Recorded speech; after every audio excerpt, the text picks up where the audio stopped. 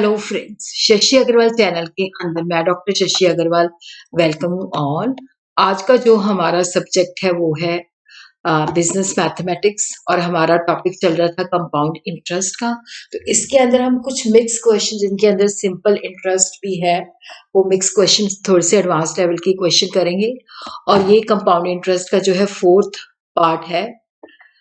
कल हम लोग करेंगे कंपाउंड इंटरेस्ट की डिस्काउंटिंग एंड ग्रोथ के मेथड। अगर आपको मेरा ये एफर्ट सही लगता है तो डू लाइक माय वीडियो, इसको शेयर कीजिए, कमेंट कीजिए और मेरे चैनल शशि अग्रवाल को सब्सक्राइब कीजिए। So this is my app Edusum app, जिसको आप गूगल प्ले स्टोर से डाउनलोड कर सकते हो। ये जो ऐप है commerce, economics and management students को काफी सारा फ्री स्टडी मटेरियल और काफी सारे फ्री मॉक टेस्ट प्रोवाइड करती है। एन अमाउंट ऑफ, तो ये पहली क्वेश्चन है कि हमने एक अमाउंट जो था वो दिया कंपाउंड इंटरेस्ट में, वो 2 सालों में वो हो जाता है 2420 और 3 सालों के अंदर वो हो जाता है 2662। तो यहाँ पे हमने amount and rate of interest find out करना है। देखो ऐसे क्वेश्चन के अंदर क्या है कि पहले हम लिखते हैं कि 3 इयर्स का अमाउंट कितना बन जाता है, तो ये बन जाता है 2662 और 2 सालों का कितना बन जाता है 2420। तो इनका डिफरेंस निकाल लेंगे, वो 1 साल का डिफरेंस आ जाएगा। और ये जो डिफरेंस है वो सिंपल इंटरेस्ट की वजह से है और ये जो सिंपल इंटरेस्ट है वो 2420 के ऊपर है। तो अब हमें देखो 2420 पता चल गया कि जो हमने इंटरेस्ट, सिंपल इंटरेस्ट कैलकुलेट किया है वो इस धनराशि के ऊपर है और टाइम हमें पता है 1 ईयर के अंदर। तो यहाँ से हम रेट निकाल लेंगे। रेट का जो फार्मूला है वो है rate is equal to 100 into simple interest divided by principal into time. 100 into 242 divided by 242 into 1 और ये 240 इसको 10 से कट कर देगा और ये 10% आ जाएगा। तो रेट हमने निकाल लिया। अब हमने यहाँ पे जो है ओरिजिनली हमने कितना पैसा जो था, कितना प्रिंसिपल था वो बताना है। तो वो हम कंपाउंड इंटरेस्ट का फार्मूला लिख लेंगे। A that is the amount which is equal to P bracket के अंदर 1 plus R divided by 100 raise to the power N and जो है नंबर ऑफ द ईयर्स है। तो फिर जो जो हमारे पास है, क्योंकि यहाँ पे अब हम 2420 अमाउंट है और which is equal to P निकालना है into 1 plus 10 by 100 raised to power 2, क्योंकि ये जो राशि है वो 2420 जो है 2 सालों के अंदर होती है। तो यहाँ पे हमें रेट ऑफ इंटरेस्ट पता कर लिया था हमने, 10% है। तो 1 plus 10 by 100 raised to the power 2, तो ये इस तरह से 1 plus 1 by 10 जो है 11 by 10 है।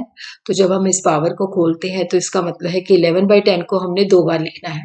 तो 2420 is equal to P into 11 by 10 into 11 by 10। तो यहाँ पे 11 को हमने मल्टीप्लाई किया, 10 को 10 के साथ मल्टीप्लाई किया तो ये 100 आ जाता है। तो यहाँ पे 121 P divided by 100, cross multiplication से ये 100 उधर चला जाएगा। 2420 into 100 which is equal to 121 P। तो P की वैल्यू को निकालने के लिए हम राशि को 121 से डिवाइड कर देंगे। तो ये 121 जो है 2000 आ जाएगा। तो यहाँ पे हमारा जो प्रिंसिपल हमने दिया था वो था 2000। तो इस तरह से अपने रेट और जो है प्रिंसिपल निकाल लेना है।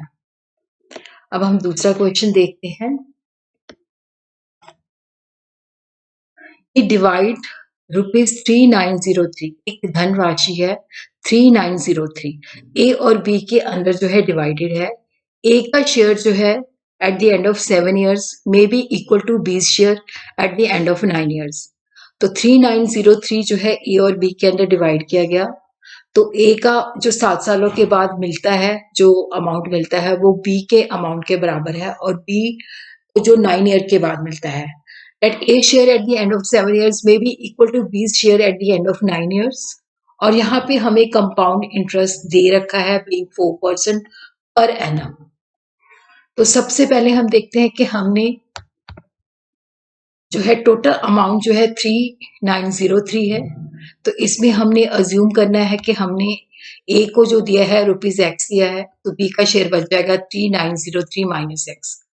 और हमें कंडीशन के मुताबिक ये पता है कि दोनों का जो अमाउंट है वो जो ए को 7 ईयर्स के बाद मिलता है और जो बी को 9 ईयर्स के बाद मिलता है वो बराबर है। तो वो हमने इसके अंदर डाल दिया। तो यहाँ पे x ब्रैकेट के अंदर 1 + 4 divided by 100 raise to the power 7, क्योंकि ए ने जो पैसा कंपाउंड इंटरेस्ट पे दिया है वो 7 ईयर्स के लिए दिया है और बी ने जो धनराशि दी है 3903 minus x into 1 + 4 by 100 into raise to the power 9। तो दोनों का अमाउंट जो है बराबर है, दोनों को हमने इक्वल कर दिया।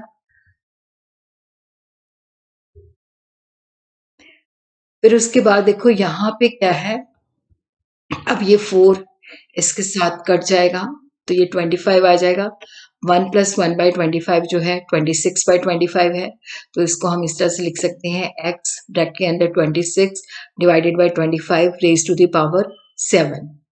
इसी तरह इधर भी जो है ये 4, तो ये 26/25 रेज़ टू पावर 9 और इसके आगे जो प्रिंसिपल है वो है 3903 माइनस x।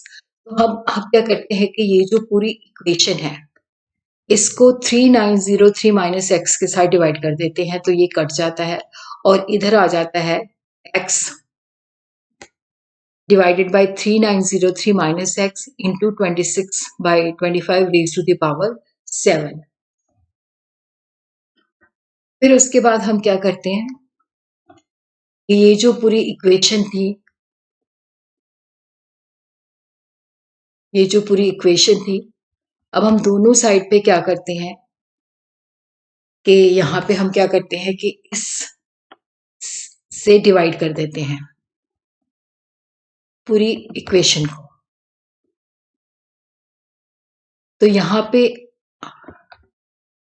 ये इस तरह से आ जाता है 26 divided by 25 raise to the power 9 divided by 26 divided by 25 raise to the power 7। तो जब बेस सेम होता है तो, क्योंकि अगर ये डिवीजन है, अगर बेस सेम है तो 9 - 7 2, तो ये आ जाएगा 26 divided by 25 raise to the power 2। तो यहाँ पे इसका मतलब है 26/25 को हम 2 बार लिख सकते हैं, वो हमने लिख लिया। x divided by 3903 minus x, तो 26 को 26 के साथ मल्टीप्लाई किया तो ये 776 आ जाता है और 25 को 25 के साथ किया तो 625। कैलकुलेटर की आप हेल्प ले सकते हो। फिर उसके बाद हमने क्रॉस मल्टीप्लिकेशन करनी है, ये इधर चला जाएगा, ये इधर चला जाएगा। 625x और 676 ब्रैकेट के अंदर हम लिखेंगे 3903 माइनस x। अब हमने ब्रैकेट खोल देनी है और 676 को 3903 के साथ मल्टीप्लाई कर देना है। तो ये मैं आपको कैलकुलेटर से अपने कैलकुलेटर की हेल्प ले लेनी है। तो 676 को 3903 के साथ मल्टीप्लाई किया तो ये 26,38,420 आ जाता है और माइनस 676 x आ जाती है। तो ये x की वैल्यू को हम इधर ले जाएंगे, तो 676x को कि ये माइनस इधर जाके पॉजिटिव हो जाएगा। 676x plus 625x which is equal to 26,38,420। तो यहाँ पे दोनों का टोटल हमने किया तो ये आ जाता है 1301x which is equal to 26,38,428। हमने यहाँ पे x की वैल्यू निकालनी है, तो 26,38,428 को हमने 1301 के साथ डिवाइड कर दिया तो ये आ जाता है 2028। अब हमारे पास x की वैल्यू निकल गई है, तो अब हमने b का, ये a का शेयर है, अब हमने b का शेयर निकाल लेना है। तो b का शेयर हमने यहाँ पे 3903 के अंदर से 2028 माइनस करके तो ये आ जाएगा ₹1875। तो अब हम तीसरा क्वेश्चन देखते हैं। A sum of ₹8400 is borrowed to be paid back in 2 years in 2 equal installment। कि हमने एक राशि जो है उधार ली है 8400 की, जिसको हमने 2 इयर्स के अंदर वापस करना है और इसका कंपाउंड इंटरेस्ट 10% है और 2 इक्वल इंस्टॉलमेंट के अंदर जो है वापस करनी है। तो यहाँ पे हमने एनुअल इंस्टॉलमेंट फाइंड आउट करनी है।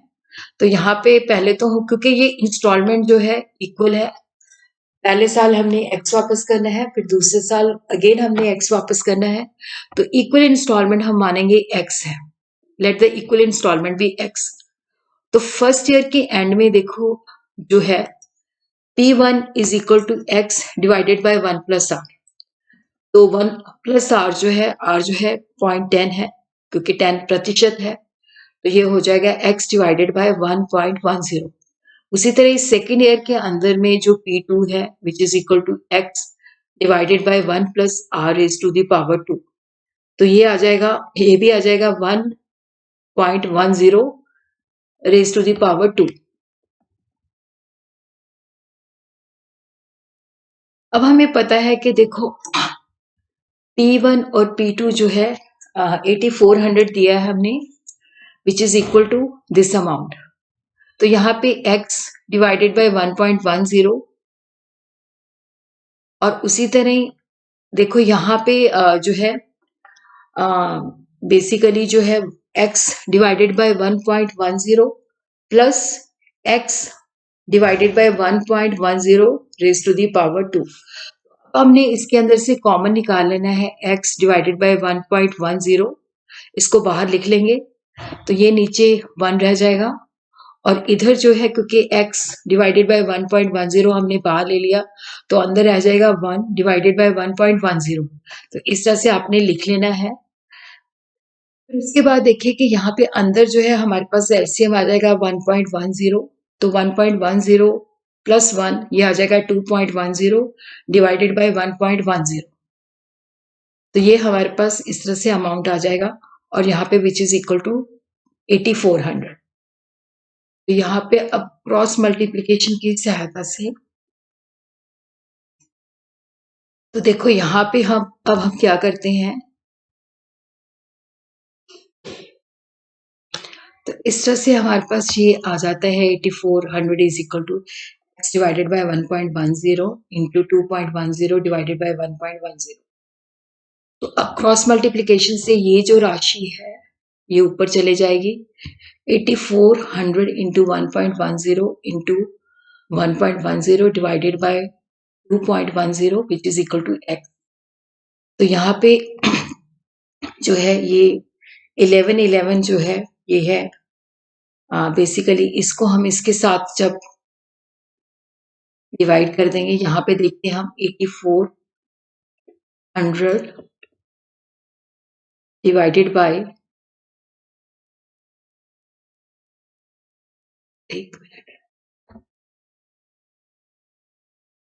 तो 2.10 विच इज इक्वल टू 4000। 4000 को हमने 1.10 के स्क्वायर से मल्टीप्लाई किया तो ये आ जाता है 4840। तरह से हमने कैलकुलेटर की सहायता से इसको सॉल्व कर लेना है। तो x जो है डेट इज इक्वल टू जो इंस्टॉलमेंट की राशि है वो है 4840। हमारी इंस्टॉलमेंट की राशि है x इज इक्वल टू 4840